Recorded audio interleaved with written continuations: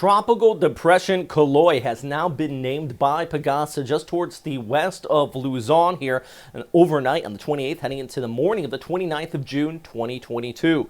I'm meteorologist Robert Spetta. Let's talk about this area out here, not only the center of circulation, it's heading towards the north, but also we are still seeing that enhancement of the monsoon, bringing heavy showers along the northwestern towards western coast of Luzon and Visayas. Center of circulation right now, winds of 55, gusting about 65 kilometers per hour. It is still a tropical depression. From Pagasa, JMA also calling it a minor tropical depression. Now, when they call it a tropical storm, that's when it'll get its international name. This is the local name. But the key thing with it, yeah, there's a center of circulation, pressure about 1,002 millibars, but the winds actually extend pretty far away from the center of circulation. That's because we have what we call a monsoonal gyre setup.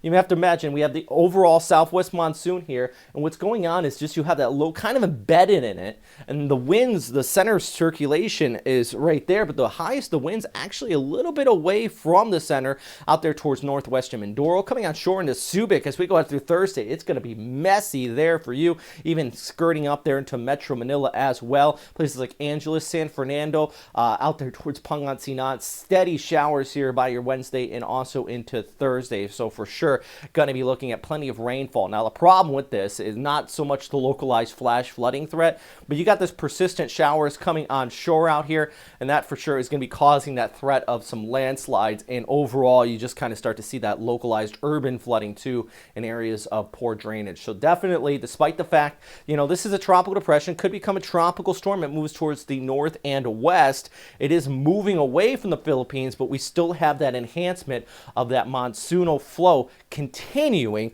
to kick in behind it. So definitely want to continue to watch out for this. Here's a look at by Friday and also into Saturday as this moves off towards the north and west as we head throughout the weekend here. And just take a look at that. There's your overall southwest monsoonal flow, plus a separate area moving off there towards Okinawa as we go ahead in the Saturday and into a Sunday on top of that. But ECMWF continuing to expect this to strengthen as it moves towards the north and west.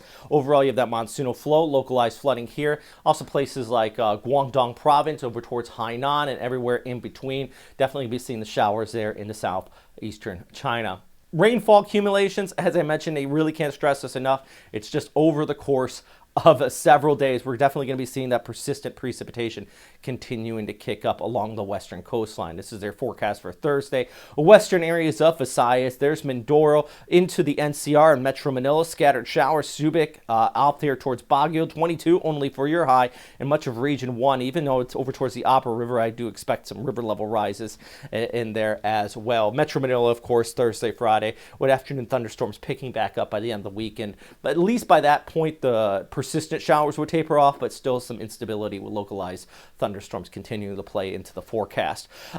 Do not underestimate floods out here. We see it every time we have flooding, especially in some of these urban areas. You know, people heading out into it. Of course, you have places to be, things to do, but just be extra careful. Secondly, we do have another area of convection towards the east of the Philippines embedded in the monsoonal trough. Boy, this one pretty interesting too for my friends out here in the southern Japanese islands. It is, especially for military there, it is 4th of July weekend. Boy, you're going to look at some nasty weather by Saturday into Sunday if this track does hold true. Still, the low pressure center continues to pull it towards the west of Okinawa, bringing these winds, which could be up and over 50 to 60 kilometer per hour gust, right over the island, basically centered right on Naha there. Also, that persistent train of rainfall as well. So, just really over the course of several days impacts Okinawa. That's some nasty weather. At this time, that is not a tropical depression or anything.